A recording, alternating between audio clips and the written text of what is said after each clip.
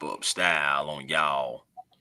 Pop-up style on y'all, man. But look, hey, we told y'all we would come around 2 this week. We got to it late in the week, man. Y'all know life gone life. But I had someone come up Wednesday yesterday. That was very important, man. My 21st wedding anniversary, man. Shout out to my wife, man. She treated me to lunch, dinner, and we had a ball, man. Cause we like to eat, man. Y'all know me. Couldn't get no chicken wings. Kind of disappointed in that. But I had grilled salmon, so that kind of filled the space. Uh, hey, it is what it is. But again, man, we're gonna get into y'all to talk with y'all tonight, man, about this training camp battle with the linebackers. A lot of y'all put this in the chat. Last live that we did. So we listen to y'all. Y'all want the linebackers. That's what we're gonna do. We're gonna break it down. Give y'all our possible starters. Give y'all our thoughts how they fit with the team.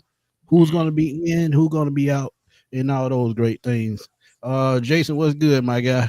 What is going on? Robert Blackman, what's good, man? But yeah, man. Look, linebackers inside, outside, and it kind of coincides with the edge rushes. So when we do the defensive line, it's just gonna be interior. You're right. Just that simple. So before we get started, man, you know what to do. Hey man, it's Friday night and I feel all right. We talking about these linebackers, man, and hey, You like it's supposed to be singing the other song about getting paid, man. You don't supposed to sing about. hey, it's how we do it. That's all I'm saying. It's Friday night, man. We about to get into some linebacker, man. Falcons football is Happy always belated birthday to my boy Ron, man. Happy birthday, my guy. yes. Happy belated to Ron, and I want to say, congratulations to you and your wife, man. That's a great thing to be able to be with someone and find that person, be with them that long. So that's what's up, man. Congratulations to Oh you. yeah, man. Hey, 21 years, boys. That's a That's what I'm long saying. time, man. And in modern day marriage, 21 years is an eternity. Heck yeah, it is. Heck yeah, because man, that's a whole other subject we can get on to, but Hey, we're not because we're here to talk nope, football. not messing with it. Yes, But go sir. ahead, go ahead, my guy. No, I would just say, man, we're here to talk football. I'm ready to get into it, man. Get into these linebackers. Something that was, so I'm talking about a weakness for the Atlanta Falcons for quite some time. Now we're trying to see if we can turn that into a strength. So I'm ready to get And into it. and I want to start with the free agent sign that everybody's been raving about. You've been hearing about it Okay. in the news. You've been hearing about it. You know how he's adapting to this system. And I'm gonna give a shout out to Jeff Ulbrich as well, man, because I know when him coming in as a defensive coordinator, I know the linebacker unit is gonna be much stronger than it has been. And as I told y'all, the last time I think it was strong was probably when we had Dion, Foyer, and those guys. That's when our linebacker group was the strongest. So Right. now you look at a guy like Devon Diablo comes in, athletic traits, sideline to sideline, sort of like a bigger version of a Deion Jones. So I've heard Raheem Morris say a couple of occasions, this is a guy that works well. He could end up with that green dot, and that says a lot.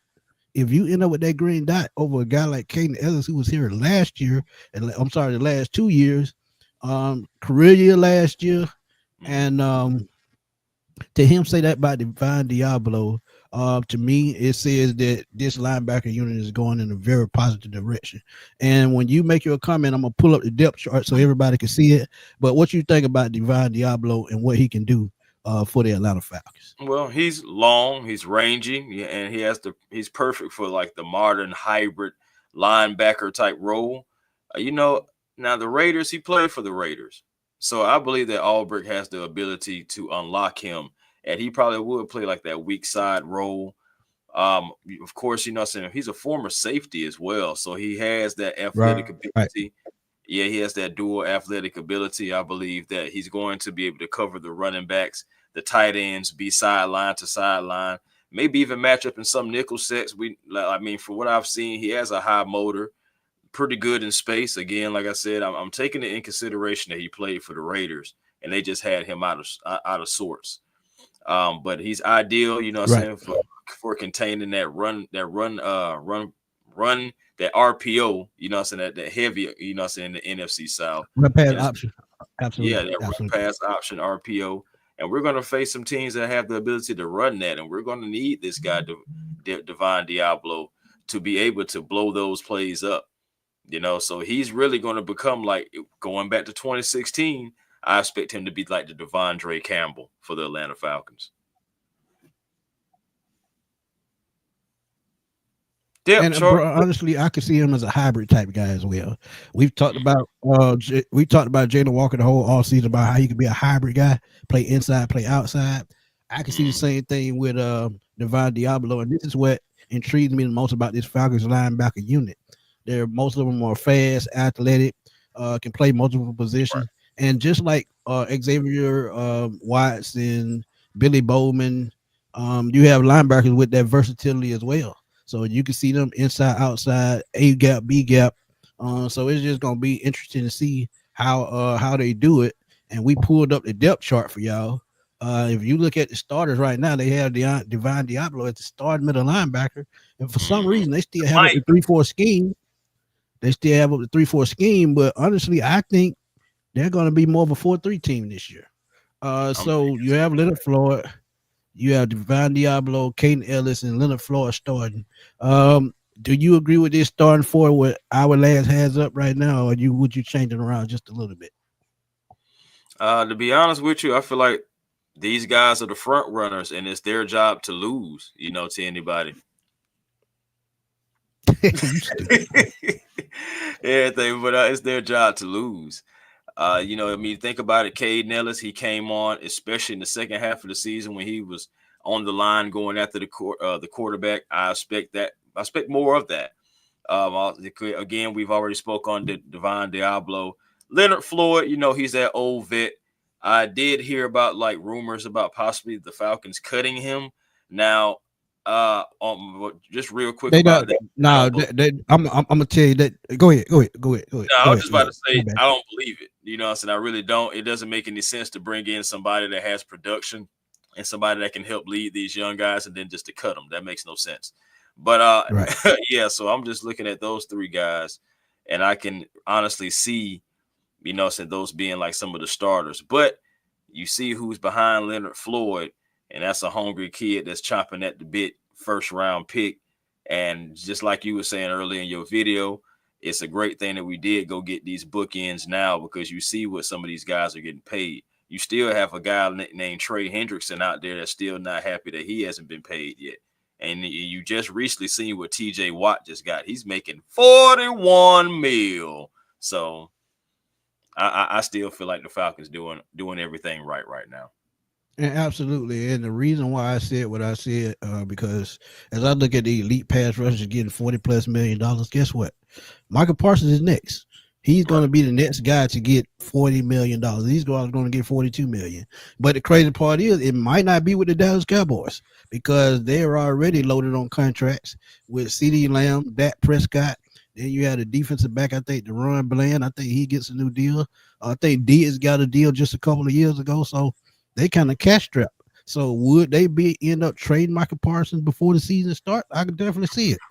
Wow. So, I mean, it would be crazy, but I've seen crazy things, especially if they can get a haul that can bring back multiple first-round picks. I could see them doing it easily, because guess what? It's a business at the end of the day. And with a payroll just like they have, I could see it just going haywire. But we talking about the Dallas Cowboys. And you got George Pickens, who just came over, going to need a new deal very soon. So very, very soon. So we're going to see what Dallas going to do, man, because not everybody's going to want to take a pay cut just to stay in Dallas, just to play for the star. So we're going to see. Yeah. It's going to be quite interesting, man. Oh, man. What I like about this board that they have up here, I absolutely agree with the way it is, because I think Leonard Floyd should start, and James Pierce should be a rotational guy for now until he can, fill that role. Now, they talked about trading before the season starts. No, I definitely wouldn't. But at the trade deadline, depending on where James Pierce is in his growth, oh, yeah, I could definitely see them trading Leonard Floyd, or he can play more of a, like I said, a rotational role. His snaps get decreased because of what James Pierce is bringing. But honestly, on this 40 they have right here, I absolutely 100% agree with it. And the guy Now, that's behind him. Go ahead. Go ahead. now I was about to say, now the only thing that you may can say, hey man, I want to take a look. That's it. May be a discrepancy in that would be Arnold Albuquerque. Like And that's if what I'm that's about to what get it's going, into. But go ahead and get into it. yeah, it's just like you think about Arnold Albuquerque, and this is a contract year for Albuquerque. So there is no way that I can see him like if he is behind Jalen Walker, that is not a good omen for him. That Right. means that you are lacking and you're probably not going to get paid. Honestly, if he's behind him, hey, what's good, Kerry? And He's everything. carrying. But if Arnold Albuquerque is behind Jalen Walker for most of the season, he's not getting paid, not in Atlanta. And shoot, he Right. may not receive a contract of to his liking anywhere else. Plus, he's the veteran. I expect him to be really the one that's going to be starting, the one that's going to be chopping after the bit, getting after the quarterback. And you have these other guys like the Walkers, like the Pierce, and etc. To go along with him. So if there Right. was any change that you really can make at that front four, you would have to say, okay, well, the veterans are going to start and the rookies are going to roll in and start getting opportunities when it presents itself. Right. So, And yeah, you look at it too, and I talked about this on the previous video. Um, Honestly, I don't think he'll get the money that he's going to get if he stays in Atlanta. And one thing Atlanta may do this season before the season's done, they might offer him a contract and see will he bite on it, because I think depending on what the franchise tag is, now he's one of my guys that I will see. I could see the Falcon franchise tagging next year. yeah, Um, yeah, Cal, especially if he balls out, bro. I mean, you think about right? it. Like this Go is the ahead. guy that still, regardless, and it may not be saying much, but he still has been the top pass rush on the team really since 2023, 24. So he's averaging anywhere between that 6 to 9 sacks, and he has potential to be double digits. Like he really should have had 9 sacks last year. I know I've said that multiple times because it's true. He should have had 9 sacks last year. So he has that potential to possibly get double digits if he can just get there a step quicker, a second quicker. I believe Arnold Albuquerque can have a big year this year. And again, I'm rooting for him to have such good of a year that it'll be hard to pay him because they're just how well he played for the Falcons, and obviously that's going to help transition to a playoff run, et cetera, et cetera. But I would love to keep AK, but I also understand the business, and I understand that we have other guys that we have to pay, especially on the offensive end. Right. And then, like I said before, man, if he get double digit sacks, he gets a double digit payday. Just that simple. We don't know if it's going to be 12 to 15. I think that's going to be probably the range he's going to go if he's a free agent. But if they can offer him a contract now, say like 3 years at about 10 to 12 million a year, and backload the contract to where, the money don't really kick in until we get that salary cap space next year. So I can Right. see that. I can see that for him. I can also see that for Kyle Pitts. So it's two guys. Those are two guys. I might have to come up with another one. And I think I got an idea about who's going to sign extensions, who's going to be franchise tag and things of that nature. But Arnold Albuquerque definitely comes to mind because, like I said, double digit sacks, double digit payday. And I don't think the Falcons really want to go too far as to how much they're going to pay him. I think they have a set number in their head, Right. and I think they're going to stick with it. Nephew, what's good, my guy? Good. What's good, family? Yeah, Yeah. no, long time no see, nephew. I hope you're doing good, man. Real I was quick. wondering where you been. I was going to reach out to you probably tonight or tomorrow, but go ahead, Chris. Going back to Patrick Daniels' question about Asante Oh, Samuel. okay. I got it highlighted. I got it highlighted. Give me 1 second. Here we go. Patrick Yes, Daniels. yes, about Asante Samuel Jr. Now, I would still like to bring in Asante, but it's just like, where is he going to fit right now? You look at it, we got a lot of competition, and a lot of it's going to come from undrafted guys. A lot of it's going to come from, of course, like Billy Bowman and Xavier Watts. We already got guys. Remember DeMarco Hellums. We still got to see where role he's going to be able to carve out. And we have other veterans, Abernathy, Kevin King, all these guys that are familiar to the coaching staff more so than Asante Samuel Jr. So in the beginning, when we still had questions, possibly guys maybe not coming back, maybe before like Mike Ford coming in and all that stuff like that. I would have loved to have Asante Samuel Jr. and I still would like to, but I think that ship has sailed. Seriously. Agreed. And I agree 100%. You talk about that shoulder injury, him getting back healthy. I get that. But honestly, who do you move around if he wants to make this team? Because I think you locked in at the number 2 with Clark Phillips and Mike Hughes. Then you locked in at the nickel with D. Alford, Clark Phillips, Billy Bowman, and possibly Kobe Bryant. So yeah, they're locked in at all positions. So, and we can look at the depth chart right here and see. Um, you look at the cornerbacks right here. You look at AJ Terrell, like I said, Mike Hughes, D. Alford in the slot, which I think will be Billy Bowman. You look at Mike Ford, Natron Brooks, who are special team guys. You also look at Keith Taylor, who's a special teams guy. But Dante Manning is a guy I'm going to keep my eye on as well because I can see him on the practice squad and possibly playing at some point this year. Because you talk about a guy with good technique and very good speed, and I think they'll find a way, to get him going. Right. Hey, okay. You never know, man. You can definitely see it happening. We'll see how it goes. Again, of course, like we know all these guys that's in the front are making the team, so that's going to be 4. Now, how many linebackers we keep, that's going to be an interesting question overall. What's good, family? Right? You know what I'm saying? But like some of the guys, I'm going to ask you a question. I'm going to ask you a question a little bit. Now, this question I'm going to ask you is going to be a little bit later once we get to start diving in. So just put a pin in that. But I got to ask about this guy, somebody that I believe that is on the bubble, even though he has high upside. And you know who I'm talking about. I'm standing on. I know you're talking about. You tell them. You tell them, not me. I know. About Troy Anderson. Troy Anderson is on the bubble for me this season, guys. Really, this training camp. Now, why does he help? 4.4 speed, 240. He has that athletic ceiling. Used to play quarterback, running back, linebacker, so we know he's an athlete. Versatile. The main thing about this guy is what? His injuries, his availability. Yep. Can he stay? Can he do it? And I just believe if he does not show significant, some progress of being on this team, of staying healthy, etc., regardless of raw ability, I believe he's going to get cut. Seriously. Yeah, or you can see him getting traded. And one team, and I'm gonna keep pushing this team name because of what's already there.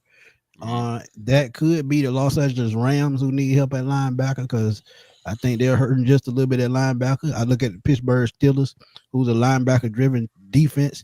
You talk about the zone blitz defense in Pittsburgh. A guy with Troy Anderson's size and speed would fit very well in that system. You look at, I can see, even the Panthers up the road. The Panthers up the road, man, they need linebackers. So, I can see Troy Anderson being traded or released. Either or. Where did Nate Landman go? The Rams. He's with the Rams. See what I'm saying? That's what I was just about to say. I was like, that'll be funny. Yeah.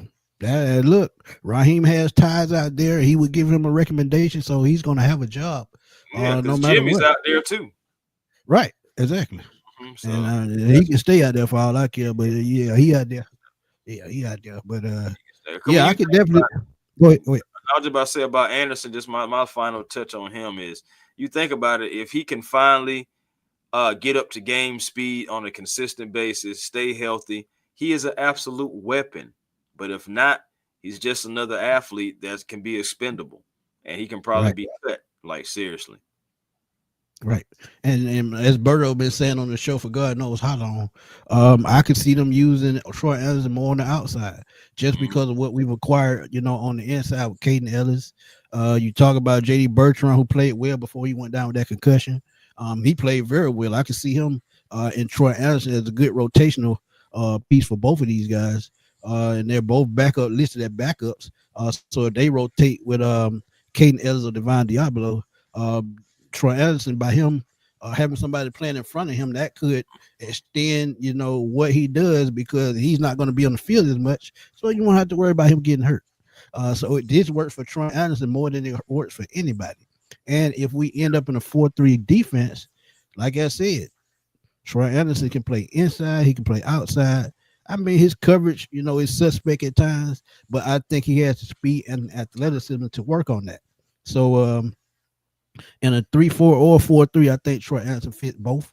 But with Devon Diablo in front of him, I definitely could see him playing more on the outside with Leonard Floyd, Jalen Walker, James Pearson, those guys, and Ebiketie, because we all know, and we're not going to forget Braylon Trice. We're going to get right into that.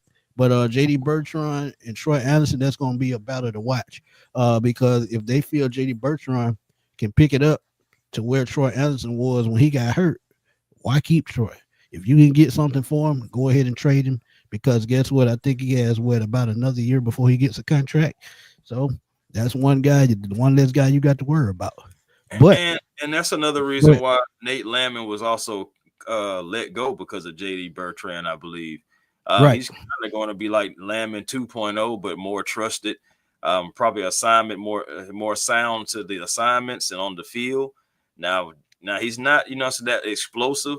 So I mean, he still has ability though. He still has that ability to sniff those running backs and be against, but I wouldn't put him against like tight ends, so to speak. But he can also work on special teams because he has a high football IQ. I mean, he does know how to diagnose plays pretty quickly. He just has to get up to speed. And I believe that Captain America, they kept him around and they was able to let Nate Landman go ahead and walk into the sunset because of JD Bertrand and his and things that he possibly could bring. And shout out to Terry Fontenot, man. He does things a year in advance. So he was kind of, banking on it, because when I told you, when I saw that Nate Landman on the side of the 1-year deal, I said, this is his last year in Atlanta. This is why they drafted Bertrand. And if you look at what's on the roster right now, 1 year early, we could see the same thing with Troy Anderson. So, look, depending on how it plays out, and that's probably why Devon Diablo is here. If he plays well this year in this system and puts up numbers, I can see him signing a long-term deal. And honestly, it probably won't be much. So he could be a replacement. But Braden Trice, this is a guy that everybody's banking on to come back, man, because you talk about a guy who had one of the best pass rush win rates in college football the year he was drafted. He can get out to the quarterback. And in that Miami game, you saw a little glimpse of what he could do as far as a pass rusher, as far as his moves, his polished moves. He has great pursuit angles, and he just knows his ways around the football field. So my question to you, where does Braden Trice fit into this equation, especially when they've drafted two more guys like Pierce and Walker? Where does Braden Trice fit in? And this could be another reason why Honor Ebiketie is expendable. Depending on how Braden Trice comes back from that knee injury and puts on the show, we could be seeing the Falcons making moves by the trade deadline on defense. Well, I mean, again, if Braylon Trice can carve out his role, you already know he's a power rusher. Nate Ollie has called him violent because he has that bull rush, and it is legit. He's physical. He plays angry. I feel like he'll be great versus the run. He's also going to be able to get after that quarterback. Coming out of college, I know people were saying he was limited on his being bendy and everything. Everyone likes that little terminology. Oh, he has to have that bend and everything. But at the end of the day, this guy's a ball player. And if he can carve out his role in the training camp, you never know, man. I mean, I still believe that they believe in Arnold Ebiketie, even though this is a contract year for him and Troy Anderson. But it would be nice to see what happens with Trice. I would like to have Trice and Ebiketie, honestly, if I had to choose, especially out of these linebackers, because it's a few other guys that I can let walk if I can have those guys, especially if they're being productive in training camp. But I have a question for you, sir. Go ahead. And it is about Mr. Trice. Remember that question I said I had for you? Well, it's time for me to cash in on that question. Yeah, and it is about Mr. Trice. Throw the money. So go ahead.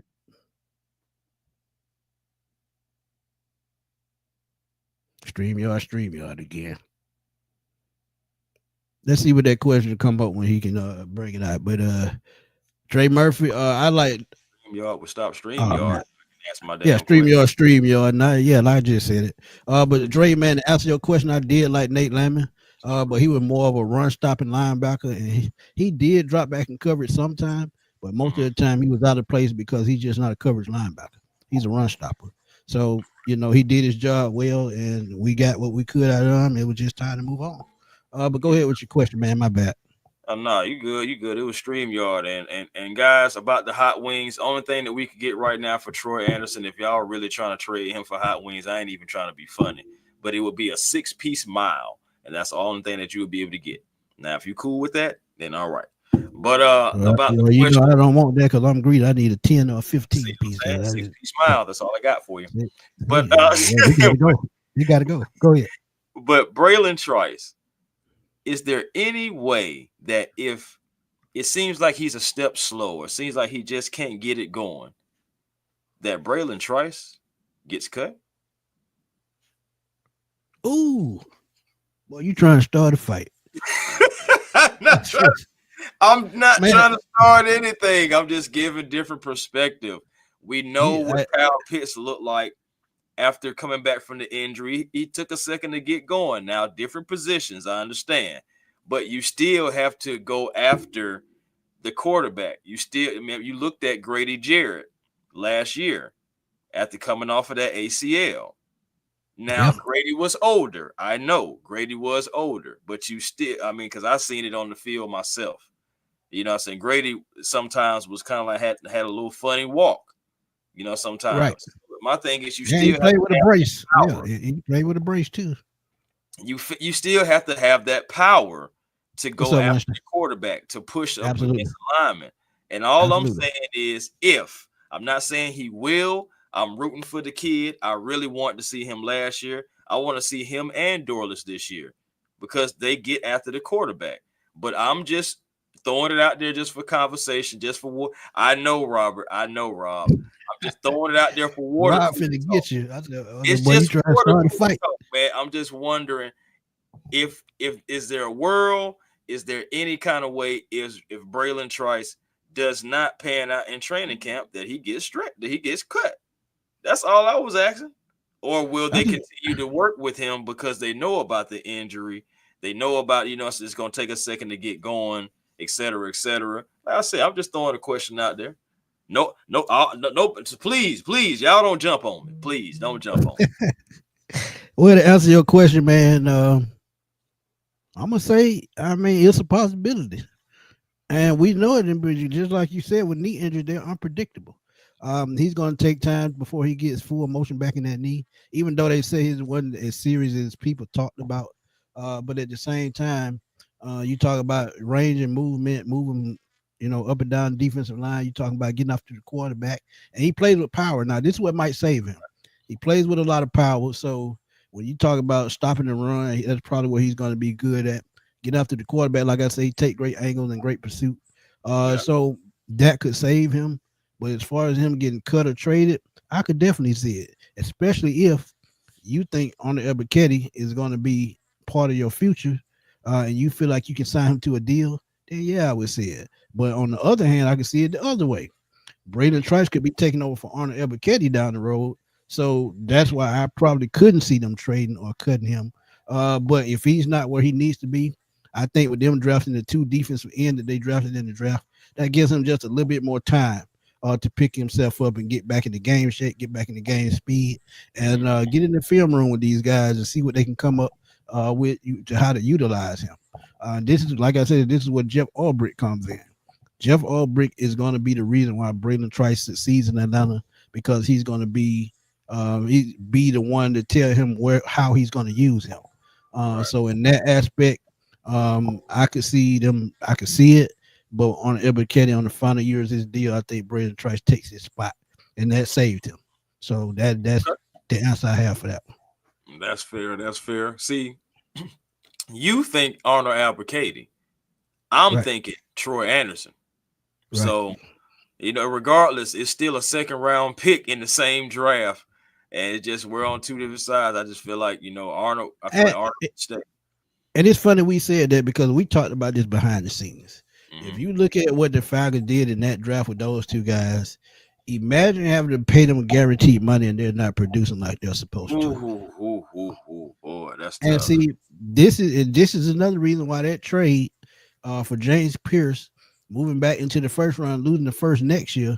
That means if you have a guaranteed contract and there's a second round pick and you think you can get the most out of it, I would take that second round pick guaranteed for only $10 million. I would take that. Well, depending on where he's drafted in the second, it could start at about 10 to 12, and it drops all the way down to probably about 4 or 5 by the end of the second round. So when you look at things like that, I think with Arnold Ebiketie being in the second round and Braden Trice being a later round pick, Falcons still can save money. So I think if Braden Trice plays well enough, Arnold Ebiketie is expendable. And I hate to say that. That would be interesting, bro. It really would. Wouldn't it be interesting if both of our second round picks are not on this team by the end of the trade deadline? I mean, yeah, I could see it. And think about it too. Jalen Walker and James Pierce Jr. could also save either one of these guys because if they're producing and you only need them for rotational pieces, you saving money because when their contract comes up and the number's not there, you just gonna have to get what you get what you owe. I don't know, bro. I don't know why I can just see Caden Ellis coming off of one side, you know what I'm saying, with James Pierce and Ebiketie and Walker coming off of the other side together. Like, who you blocking? We're gonna answer that question in a minute, Marcus. What's good, family? Yeah, but I'm just saying, like, who you blocking? Like, if you just throw those guys, because I say that because you already know Walker, you can put him in coverage, you can put him at the pass rush. So it's just like he's that Swiss Army knife. So it wouldn't be far-fetched seeing Arnold going after the guys and then, oh shit, here come Walker through the gap. You know, I'm just saying, and the same thing for James Pierce Jr. But he's gonna be going after guys, and then you may have somebody like Ellis or Devon Diablo coming out the backside, you know, coming off on a stunt. So it's gonna be interesting to see who makes the cut and what Jeff Albrecht does. Like, really. And I'm glad you said that because when you talk about that, this is why I said it, you know, during the season last year. If they had a Michael Parsons type linebacker, now they do. Jalen Walker. What if they were still running the 3-4? And I think it's going to be kind of like a hybrid defense, especially with both of these guys. But what if you had these type talent and you started to run a zone blitz type defense like what Pittsburgh runs and and you got a guy like Zach Harrison who's very versatile, can drop back into coverage while one of those linebackers, one of those safeties like Xavier Watts or Billy Bowman come out on the blitz. This is one thing I feel like Jeff Albrecht needs to implement in his defense, sort of something like a zone blitz defense, because with all this speed, all this young talent, find a way to keep it on the field and find a way to make plays, force turnovers. And I just think he definitely needs to think about it. So I could see it. No, that totally makes sense, man. And again, like, of course, with Jalen Walker, we already know that's a 5-star athlete. Georgia boy, DSGB. So, man, what's up with you and this singing today, man? Hey, man, I'm in a music mood, man. I can't wait. So I'm in a music mood. I may just go for a drive just so I can have some songs playing, man. I don't know, man. Don't you kill your ass out there raining and storming, man. Sit your ass down somewhere. But we had a question. I'm trying to find it. We had a question. What about the question? Yes. Yeah, I think it's from Marcus. StreamYard again. Yeah, I see it. Marcus, what's good, my guy? How many sacks do you see the Falcons edge rusher getting overall? I'll let you start and then I'll go. Well, I know I had answered this question. I was on with Uncle Steve and Big Low, and shout out to those gentlemen as well. Shout out. But yeah, man, they had asked a question like that similar, so I'm gonna stay with what I got. I went with 39 sacks, and that's still not bad. That's still not bad. 39 sacks. I just believe that we can get sacks, but I also believe that secondary is going to take the ball away, because last year we were accumulating interceptions. I believe about 13 or so. I believe that this can go up a bit. So that's the only reason why I said I'm not saying like 49 and 50 sacks. I think we're going to generate pressure, And Every sometimes even if we don't get there, like somebody's maybe like smack a arm or just some bat the ball a little bit, and that's going to turn into more picks. So I expect in the Falcons secondary to take it a notch up, especially with these new ball hawks that we have now. Take it up a notch, and we're going to see more interceptions. So that's why I say only 39 sacks. Absolutely. And I agree with that. You read my mind. That's how you know we've been talking for a long time, just talking about anything. Because I feel like Nate Ollie, what he brings to the defensive line, he's one of those guys that he gets sacked by committee. Just like the Colts a couple of years ago, he had like 6 or 7 people with 6+ sacks on the team. So if you get that kind of production, yes, it could happen with the defensive line. But like you said, and I said it too, with Billy Bowman and Xavier Watts, to what they bring to this defense as far as versatility, being able to play in the nickel, being able to play in the box, they're going to be, implemented in this pass rush as well. Then you look at the middle linebackers as well. Caden Ellis can get sacks. You look at uh, D'Angelo Malone if he's on the team. When he plays, Another he can wild card. be another wild card, but when he plays, he brings that speed. Shout out to him. He had a birthday too. His birthday the same day mine. So happy Oh, like happy belated belated, birthday to happy him. belated. So yeah. It's just how will they scheme with these players? That is the biggest question overall. Right. If we find out what they're going to scheme, and from what I've been hearing, I think they switch it back to a 4-3. And if you look at this diagram as to how they have it, I think Leonard Floyd, and I would put James Pierce at the edge rusher over Jalen Walker, because Walker can drop back in coverage, so he can still play the outside. But James Pierce is more of a 4-3 down lineman because he has the size, if that makes sense.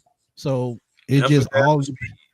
it just all depends on how they're going to use it in this 4-3 or 3-4, 4-3 hybrid, or however it was when Dan Quinn was here. And I think you're going to see some of that because Jeff Ulrich tried to use that in New York with the Jets as well. But like I said, with D'Angelo Malone, we look at Caleb Johnson, who's a special teams guy. Mm, Josh Woods played last year. He's a special team guy as well. Khalid mm, Kareem, he played last year as well. I remember him playing in the New Orleans game. yeah, Nick Cubits, uh, free another, agent. yeah, Malik Vernon. What do you think about after we talk about the first string, second string? They mhm. have Braden Trice on the third string. That's understandable. Yeah, What do yeah. you think about from the third string back? Is there anybody that's jumping out on the page to you? Um, the only man, that's tough. That's tough. Honestly, I would love to keep some of these guys, even if they're like camp bodies. My boy Even Damsky, what's up, what's my up, guy? That's Hampton? that's another council man. His birthday same day as mine as well. Happy Hey belated man, birthday, man. Appreciate you. Hey happy man, belated. if you want to jump in right quick, I'll send you the link. But again, go ahead, Chris. Yeah, man. Like when you look at the back end of this, I mean Malik Vernon, he is a sleeper. I just don't know if he's going to be able to leapfrog everybody. Right. Because I mean you have Kareem Khalid or Khalid Kareem. I remember him. I think he's gotten a little bigger too, as far as like he's gained some weight, some pounds to try to see if he can be used in different ways as well. So that would be interesting. Nick Kubitz, oh man, it'd be interesting to see if he's able to really do anything to gain any traction. I mean, I like the name, I like the potential, but again, we have to get realistic about him really leapfrogging some of these veterans who are trying to come in and carve out their role as well too. Now again, you got Kareem, somebody who is smart, coachable, fills gaps, you know what I'm saying, and filled up when the injury bug hit. Right. So I mean, like I don't even know if I can see any of those guys really leapfrogging him. You look at Josh Woods again and Caleb Johnson, like you said, special teams guys.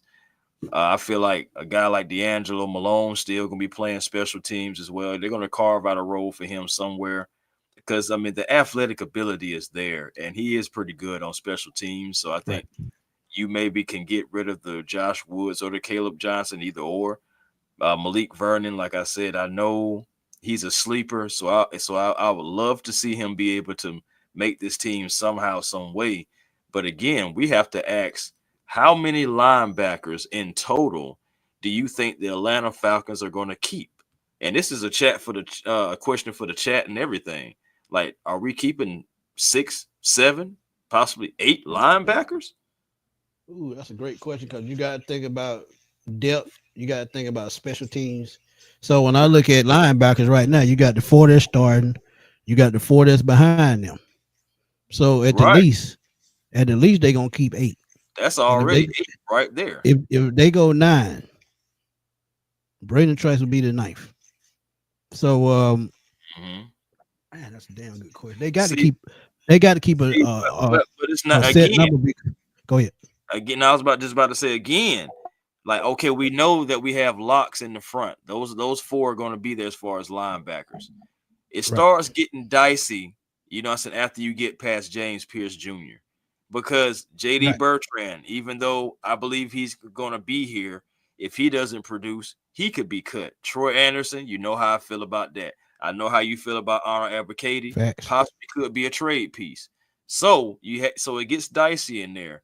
And then you get to Braylon Trice coming off an injury. Again, I asked that question before, but I do believe the Falcons will keep him regardless. Then you got Josh Woods, you got Caleb Johnson, D'Angelo Malone. All the rest of everybody in the back end is kind of like, all right, are you going to be a camp body, you know, saying a practice squad body, etc., like that. So yeah, Vernon is working with the inside linebackers, and a la Jermaine Sherwood with the Right. Jets. I think he'll make the practice squad, will potentially play for a roster spot next year. I like it, Damsky. Damn it, I like it, Damsky.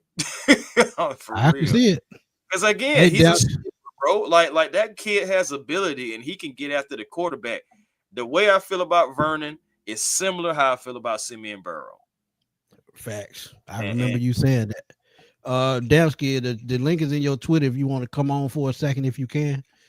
Talk some of these defenses. I know you one of the OGs when it comes to talking pass rush.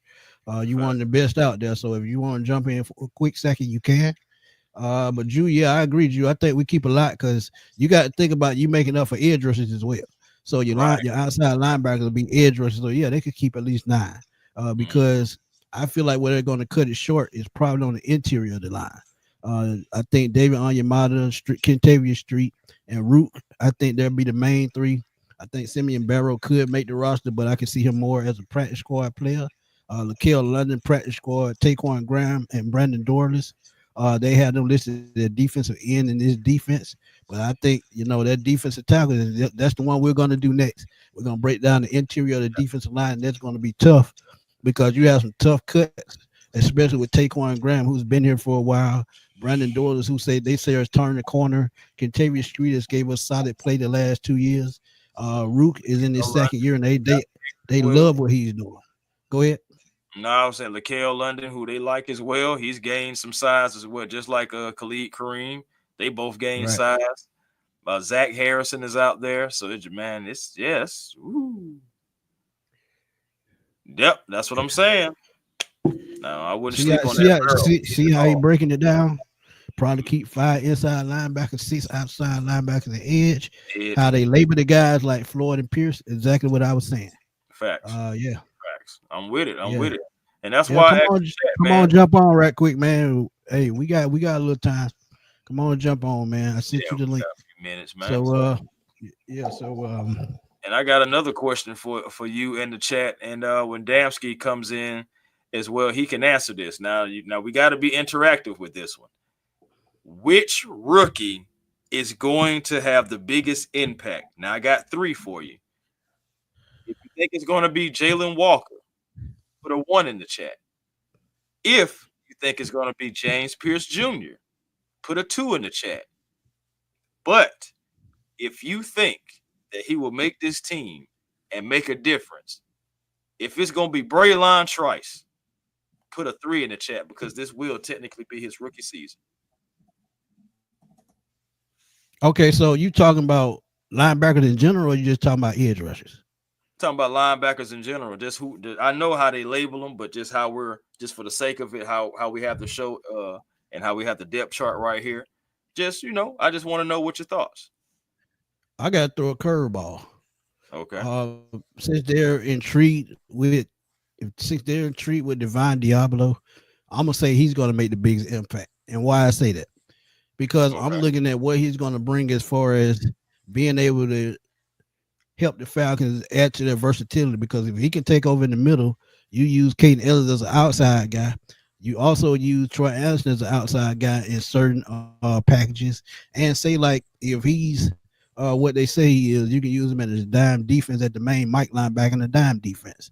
So he could Mhm. be on the field more than Caden Ellis at some point in the season, especially with Yeah, his speed and especially his going versatility and sideline his to size.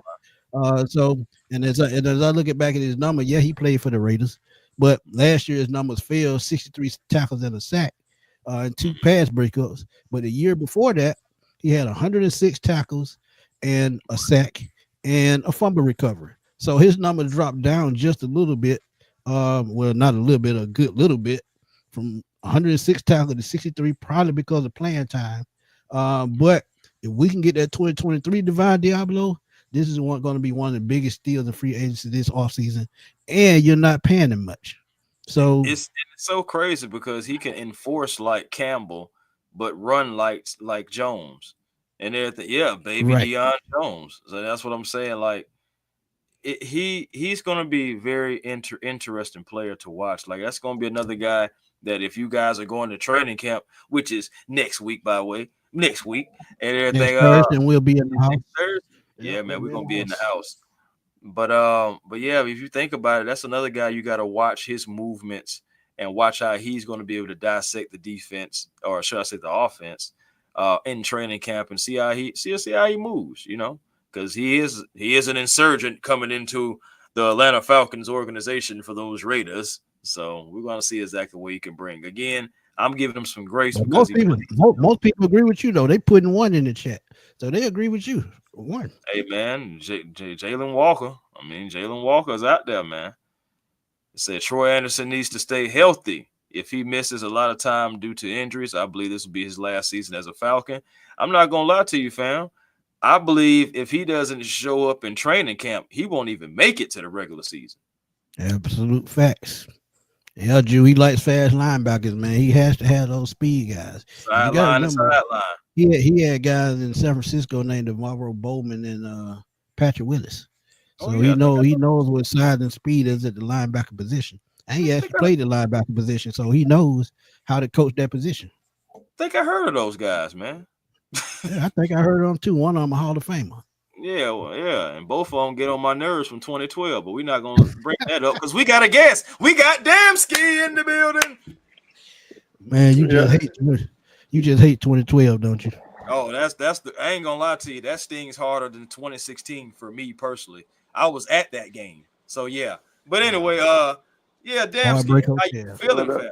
What up? What up? I'm tired, man. Me and my son were just at the hills, running hills, just Oh getting ready. We call it separation season. We're just getting active on the weights and whatnot. So I'm tired, man. I'm too old for this. nah, man, you ain't too old, man. You just getting better. Just getting better. Yeah, So Hey, yeah. No, we our birthday the same day, but I got you probably by a whole first down. But trust me, when you get my age, you look, you think you crying now, boy. Oof, 5 years make a difference. Imagine what oh 10 will man, do. But man. yeah, Yeah, yeah, yeah. looking at this Falcons linebacker, this linebacker on the depth chart, and I saw you saying who you think we should keep. Chris asked a question, man. Who do you think out of these linebackers is going to be the biggest well, surprise this well, season? it was the rookies. It was out of The the rookies. rookies, So, Well, so see, out I of said Jalen so. Walker, I you said it threw the wrong. So curveball. Yeah, you just yeah, threw I the threw the curveball. curveball. But Yeah, but I yeah, did. Damski, out of these three guys, Jalen Walker, James Pierce Jr., Braylon Trice, which Mhm. which rookie, because this is essentially Trice rookie season, which rookie do you see can make the biggest impact immediately? I honestly think like he's so slept on because he was the second pick, but I think it'll be James Pierce Jr. surprisingly. Like Okay. I was watching his film and like I thought he was more of like just a speed rusher, but he's got a Mhm. lot of power to his game, man. You watch the Alabama game, and anytime you want to watch like a to see what an edge rusher does against the run and stuff, you always watch him against like the Alabamas, the Georgias, of the world, and man, he held his own. He's a tough dude, man. I'm excited for him. I I think he's gonna give us something. Like I think he's gonna shock us a bit. Because Okay. I wouldn't say shock us, but I would say shock the NFL because I know Atlanta Falcons fans in general are excited about him, but I know the media is just like, you know, well, they spent 2 first-round picks, this, that, and the third. But I think James can give us a little something. I am excited about Jalen too. I don't know about Braylon. He it's tough. He's in it like we got a pretty good rotation now. Arnold Mm-hmm. Ebiketie looks like he's having a great offseason. Leonard Floyd looks like he's having a great offseason. Um, you combine that with the rookies, like it's tough. Like I want to see Braylon succeed, but I think the path is going to be harder for him because of the investments they made, right? Right. Yep. Right. Yeah.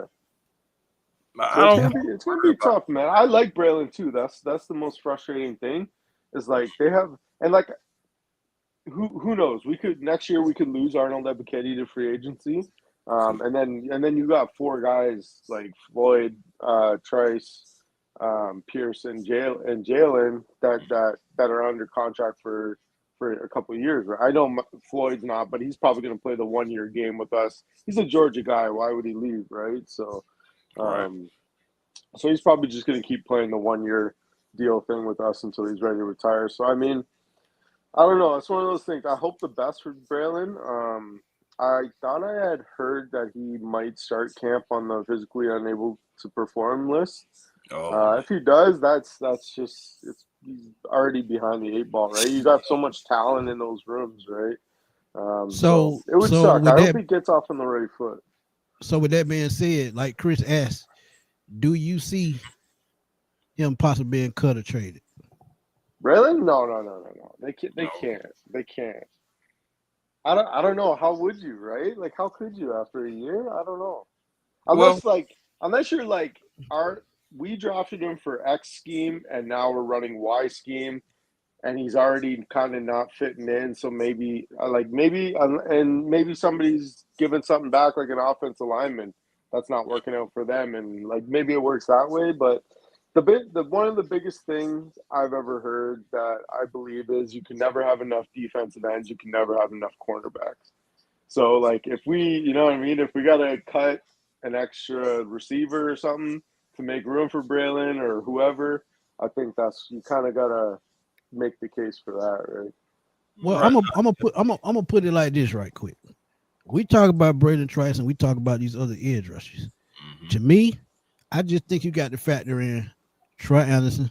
You got to factor him into the equation because with his size and speed and ability, I think he can come off the edge as well. You talk about Caden Ellis, who's another guy that can come off the edge. With those two guys, I think it's going to make a couple of these guys expendable. This is why I think you could see Braden Trice cut or traded after one season because you have so much versatility at the linebacker position. Period.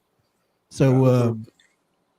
I saw where you said how many people to keep in at certain spots, but I mean that number could change. Yeah, it's But yeah, hard, I right? You think don't know, right? There's so much new this year, and like it's hard to know, like with the scheme change now, like who knows what they're thinking, so. right? Do you think they're more of a run of a 4-3 hybrid, or it's going to be just a base 4-3, or they going to stick with a base 3-4? I don't know, man. Like it's so funny. Like this is my favorite thing to obsess about. Like as a guy that coaches defense, like I just obsess about looking over this over and over again. But I read a good article, and their base down stuff is more like 4-3 under, which is like kind of works with what Raheem was doing because Right. it's similar to what the Fangio stuff is. So I could see there being like a commonality between Raheem and Ulbrich there, where it's like, hey, we did this, you could do that, kind of. So it's not like so much change. So I think potentially it could be like that, right? Yeah. But yeah, for to answer your question, yeah, I think it's like a 4-3 hybrid type deal.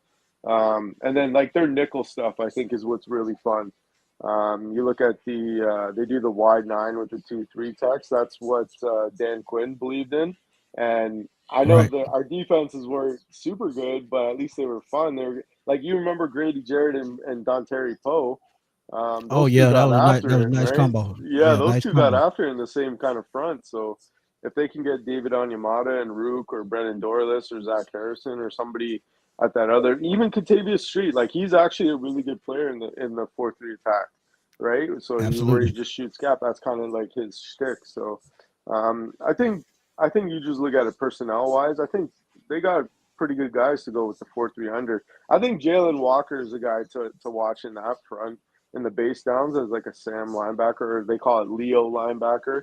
Right. What Dan Quinn calls it is like it's kind of like, Oh, hey, if Sam. it's pass, you go after it. If it's run, you kind of shoot your gap, and it's kind of a fun little.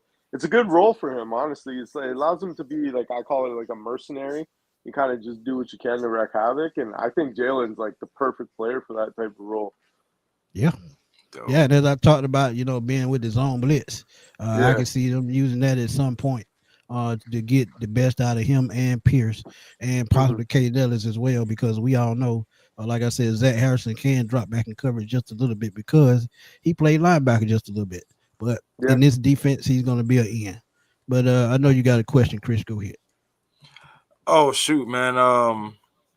Dang, I did have a question here. Hold on. I got it in my notes. Okay. I got to talk about Troy Anderson. Because I need to know exactly what you think about his chances as well. Similar to Braylon Trice. For me, I talked about this back in OTAs. I feel like he is on the bubble to be cut. Because just like Arnold Abercady, this is a contract year. They were taken in the same draft, same round, and he has all the tools. He just can't stay healthy. So I believe if he's a step slow or just not picking up things or not able to stay healthy, I believe he's out. But what say you, Damsey? Yeah, I think it's hard, and like I'm very firmly in the belief of like best ability is availability, right? You Right. can't give us nothing if you're not there. So I'm definitely I'm definitely in the same wavelength. I've heard that they really like JD Bertrand too, Mm. and it's a guy that we don't ever talk about. But Devon Diablo, I think, is going to play significant snaps. Yeah, They we talked. talked about him being like a weak side linebacker, but also being able the ability to play Mike, and I think that frees up. Right. That was when we originally signed Caden Ellis, like back with Ryan Nielsen. The idea was to keep Caden as like a Sam hybrid, so he could blitz and stuff, and Troy be the Mike and call the plays and whatnot. But Troy just kept getting hurt. So they couldn't really do that. So Caden had to be the Mike by virtue of, hey man, he's not there, so we got to get somebody to do it, right? So I think it's just interesting. They keep dropping the tidbit of, hey, Devon Diablo can play the Mike because he's so smart and explosive as a player. Um, so you kind of keep hearing these tidbits about Caden, Divine, and it's like, where does Troy factor in on that, right? And then you Right. go, you like, you know what I mean? Like they if they like JD Bertrand, okay, cool. But then they also have that Malik Vernon kid or the Vernon kid. He's the prototype of what Ulbrich likes to develop as a linebacker, and he has a fantastic history of developing former safeties into linebackers. Hence why they went and got Devon Diablo because apparently Jeff Ulbrich liked Diablo for a long time. So he was a converted safety from Virginia Tech, moved to linebacker. So obviously you see something in him. And then Vernon, he was also a converted safety in college. Now he's moving to linebacker for us. Um, so I wouldn't sleep on those players. The linebackers will one position. You can get undrafted free agents to play right away for you. So I mean, Facts. Troy's got to be there. I wouldn't be. I said to a couple of my buddies, I wouldn't be shocked to see him trade because at what point are you just be like, hey man, like enough's enough. Like he can't stay healthy. We can't game plan for him to be in there when he's not in there, right? Mm-hmm. Absolutely. Absolutely. Yeah. I Facts. agree. But Kyle, if you go to our training camp battle for wide receivers, Oh we yeah. answer that question. So go check that video out because On we have it either up. one of our channels, it's on there. Yeah, so go check it out on either one of our channels, A1 Forever or Smitty Sports Machine. Um, but any more questions before we get out of here? Damsky, I know you got a question or two. Me, no, man. I'm just happy to be with you guys. I've been trying to get into podcasting. I haven't really had the time just because. Hey man, I've been telling you this for 5 years, man. It's time. It's been past time. Oh, Do it. Do it. That's why oh man, I just like jumping on and talking with you guys, man. You guys got a good thing. You guys do it right. You two, and then there's a couple other guys that do it right, and that's why I enjoy it. I try to jump in appreciate when I can. Okay, so I got a question outside of the linebackers. I know we talking linebackers, but what are you excited about Xavier Watson, Billy Bowman, and what they bring to this defense? Because me personally, um, I love what Xavier Watts brings. And you talk about another versatile guy that played linebacker and wide receiver, so we know he knows how to read the entire field. What do you Yeah. feel about those guys? Man, I feel like I'm like the biggest Billy Bowman homer. Like I think this guy is gonna be like the best player ever. Like just like I love those players that just play with like a ton of confidence, bunch of swagger. Like I love those type of players. He's got a bunch of fuck you to his game. He's gonna let you know about it. Like those are my kind of guys, right? right. So Max. I think Billy, like people are like, oh, it's a nickel battle. I think once we get the pads cracking, like I think Billy Bowman's just gonna assert himself. I think Xavier, man, the fact that we got Watts where we did, it kind of like offsets the fact that we traded another first. Because like you Hey, look at I it, said that was another yeah, first yeah, round pick. it's crazy. That was a crazy return on investment. But you look at it, I was talking about it the other day. The ability to play Fuller, Watts, and Bates in like an interchangeable role in the deep third, Right. it's pretty big, man. Like a big thing in the NFL right now is like three safeties playing three safeties high, rotating them down, all that fun stuff. Um, the fact that, and like I know people don't love Jordan Fuller, but he was kind of like on a bad team last year, bad defense, so he wasn't really able to do what he could do. And like I know that's speaking because he's an Ohio State guy, but he actually is like I'm not saying he's incredible, but he's a definitely an above average player that can give you solid snaps, right? And the one thing Yeah, he he's a can very do is good play the zone deep safety as third. well. Yeah, Yeah, yeah, that's he's a very exactly good it. zone safety. And Yeah, like yeah, even if I absolutely. don't think Watts is going to take a bit, I feel like Watts and Bowman are just kind of just going to solidify that back end there. Right. Um, but even if he took a little bit, like Fuller can definitely fill in and give you some reps there until he gets acclimated with the defense, right? But yeah, Right. Watts, man, I remember when Ohio State was playing Notre Dame in the championship there. I'm like the one person that could fuck this all up for us is Watts. That guy's just an interception magnet. Like he just finds the ball, even if he doesn't directly pick it. Like he's in the area for a tip ball. Like he's just one of those guys that knows how to get interceptions, create havoc, even come down and help at the line of scrimmage. Like he's just a fun player to plug in and play. Like I'm curious to see. And then he said he models his game after Jesse Bates. Well, hey, now you get to learn from the guy every day, right?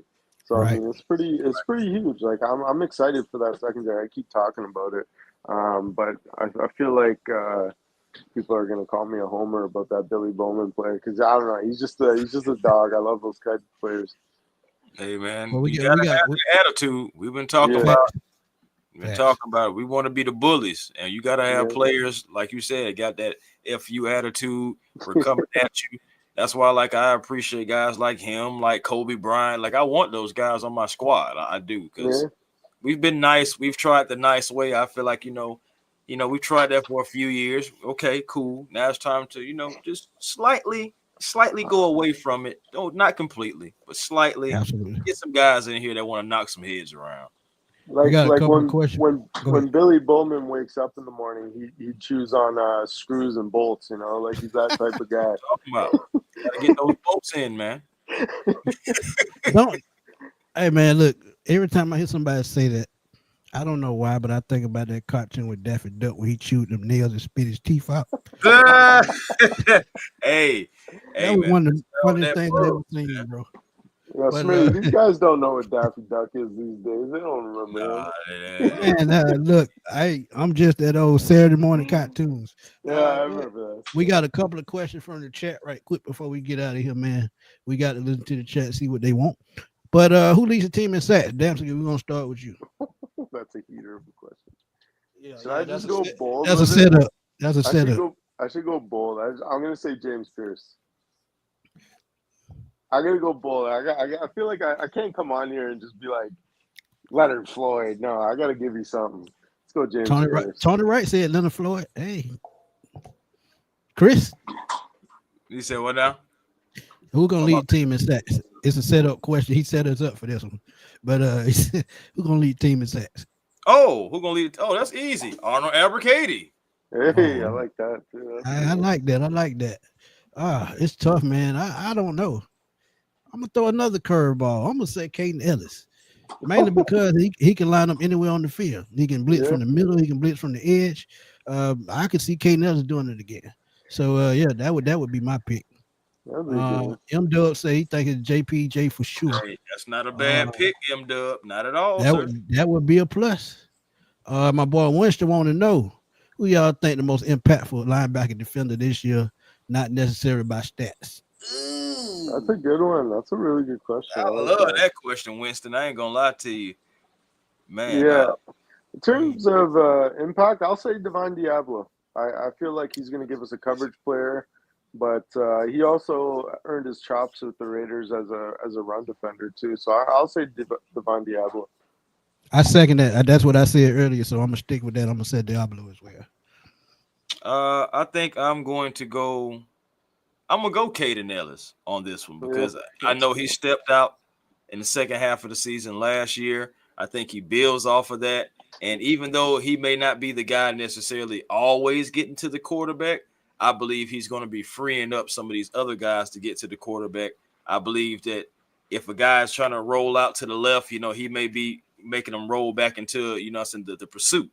So if we're talking about, saying not necessarily by stats, it could be Caden Ellis. Yeah, I can see that.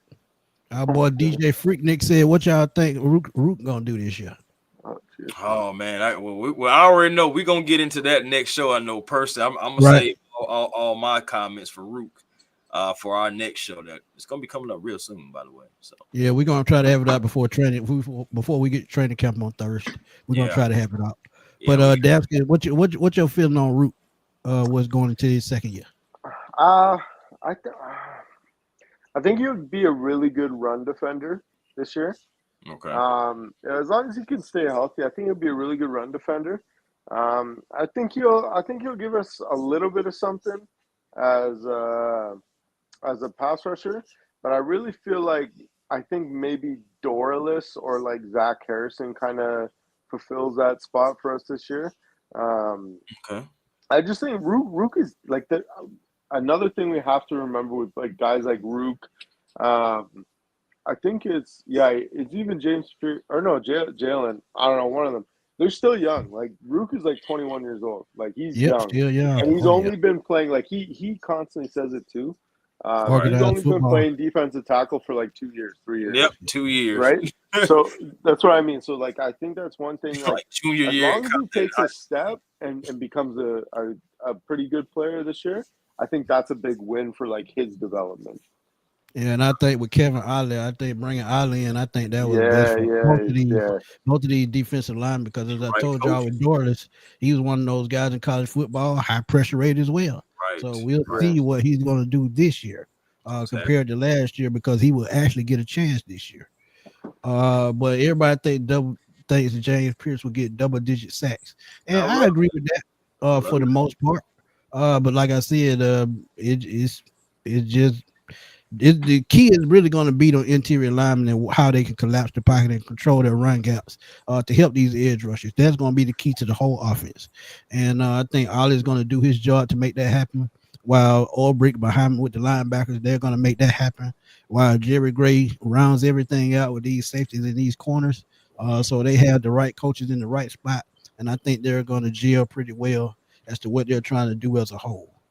I mean, look, when you have a guy like Jalen Walker moving all over the field, I think he may get more tackles. But when you talk about just getting after the quarterback, I think it's going to be Pierce because Jalen Walker is going to be used in so many ways, sort of like a Michael Parsons, drop back in coverage, set the edge. He's going to do all that, shoot the gap. Look, when you do that and you can be versatile like that, I don't think sacks is as important. I think making plays is important. So now I don't expect Jalen Walker to play safety or anything, but no. he's going to be I'm all just over saying. that field. He's going to be all over that field, though. So I mean, I understand what your point is about that, Smitty, but and think about this too. Think about this too. The reason why I say that, if you look at our schedule, you look at the number of mobile quarterbacks we play this year. Jalen Walker is going to be that spy linebacker. So when he's the spy, you're going to see him running sideline to sideline, tracking the quarterback. That factors into it as well. Go ahead. Yeah, no, I was just saying him and Diablo definitely going to be out there. Right. And that's good to have that athleticism because you're going to need it. We got to, man, you see some of the quarterbacks we got to play, they're pretty mobile. So, yeah, we got to have that. They can use them feet, boy. I'm telling you, they can move. But as we always do, man, before we get out of here, man, if y'all got any last words before we go, throw them out there. Hey, man, for me, man, it's just always A1 Forever Sports. Come over and have a football, basketball, or football, basketball, or baseball conversation. You just never know what you get. Sometimes from wrestling, UFC, boxing, you just never know. So just come on over and hit that subscribe button, hit that notification bell. As you know, you're always going to get something from A1 Forever Sports. Also, catch me over at the Hawks Digest. Hey, man, me and Walter, we are pounding the pavement, and that page is growing. Thankful to say that today we just crossed 2,500 on the subs. So that's what I'm talking about. Yeah, that page is growing, man. So all the way around, of course, Twitter, A1 Forever, Instagram, A1 Forever, and the real A1 Forever on TikTok. Facts. Dabs, tell everybody where to find you. I'm pretty sure they already know. Yeah, tell them where to find you, man. I'm just on Twitter, bro. I'll let you guys handle. Go follow those guys, man. Those guys know what you're doing. Hey, man. I'm just on Twitter, just talking shit about shit. Hey, man, if you get the time during the season, man, please come back and join us post game or do some pregame shows with us, man. We would definitely appreciate it. Bro, I think I was jumping in on Chris. I was watching Chris one time. I was like, man, whenever you guys want me to, I'm not dedicated anywhere. So you guys trying to get me on, I'm down to come on and do some podcasting. I like it. It's just the time frame for me.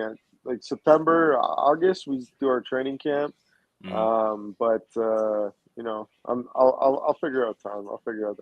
Sundays are always free for me, man. That's football. Hey, that's all we need to hear.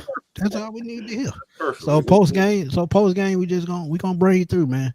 Talk some Falcon football because we know Falcon fans are always frustrated at some point. So they'll make for the best shows. I hate to say it, but look, y'all come here to the Sports Machine to A1 Forever. Y'all vent and let it go and just keep it moving because that's what we do, man. But hopefully we won't have to be venting a lot this season. Hey, man, I'm just saying it happens. Hopefully there'll be a lot of people coming in here, shouting like they're in church. That's what I need. Hey, bro, look, I'm telling you, trap games happen every year, so it's gonna happen. They do. So look, but y'all know where to find me, man. Smitty Sports Machine on YouTube, at FatBoySnell_21. I hate to tell y'all, man, no more NFC South roundtable for me. Y'all can check out my boy Berto on there. He's gonna take my spot on there. So y'all please go support him fully. Also support him at 95 North Falcons Talk Show. Go support Kev at Dirty Bird Central. And you can also find Kev on TikTok. So because he does very good TikTok videos. Giving NIL Berto more money, huh? Like he needed. Yeah, you saw that whip he pulled out on us on the gift. So I did. I remember. I ain't forget. Well, yeah, man. That's all we have for the time for this show, man. We had a great time, man. Want to thank Dembski for coming through, and like I said, y'all will see him a little bit more this season on Sundays for the post game, hopefully. Because Tampa Bay week 1, we already got some good news, man. They're gonna be without one of their top offensive linemen, so we just talked linebacker the pass rush. So hopefully that first game they can take advantage and set the tone for the season because that's what we need them to do. But for my homeboy Chris, my boy Dembski, man, we're gonna roll on that, man, because I'm hungry. And I will holler at y'all soon, man. Peace.